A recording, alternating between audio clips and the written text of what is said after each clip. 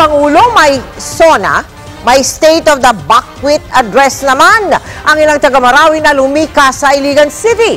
Naiyak ang ilan nang ipahayag ang hirap na dinaranas nila dahil sa patuloy na bakbakan sa Marawi. Mula sa Iligan City, nakatutok live si Steve Dailisan. Steve!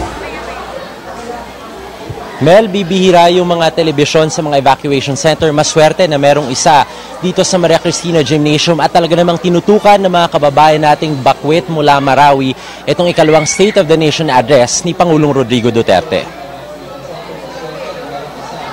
Hindi namin naintindihan kasi English man. Pero ang gusto namin na matapos yung gulo sa Marawi. Napakasakit talaga sa amin lahat. Gusto namin matapos yung gulo. Bakit ganito ang sinabi ni Duterte na extend daw? Diba, napakasakit sa amin. Wala kaming pamira-pira dito, wala kaming negosyo. Gusto ko na continue ang martial law para yung gulo doon, yun man. Kaya ang way na masulbad yung kuan, katong rebellion, yun na ang gusto ko. Para masulbad yung problema sa Marawi.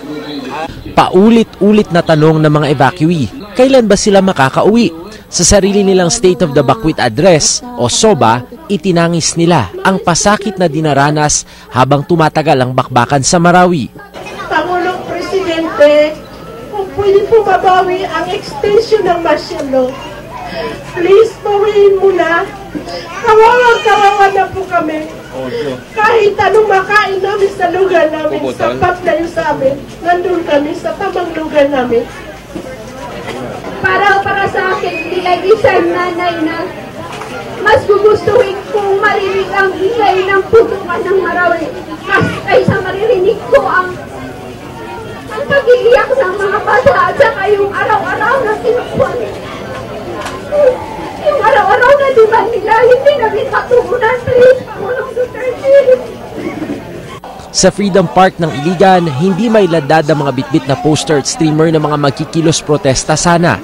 4 na miyembro ng grupo ang inimbitahan sa istasyon ng pulis para pagpaliwanagin. Yung original na kasulat doon is July 20. Pag makita nyo, di ba? July 20. Pero yung 0, binulpin ng 4, 4. So, may naka-schedule kasi dyan eh. So, yung CGSO natin, naka-schedule yan. So, naka-schedule ngayon is may nag-rally.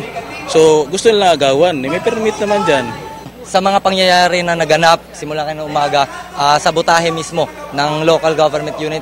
Kaninang umaga lang to, nag-text barrage yan na ni-require ang lahat ng mga employees para papuntahin dyan.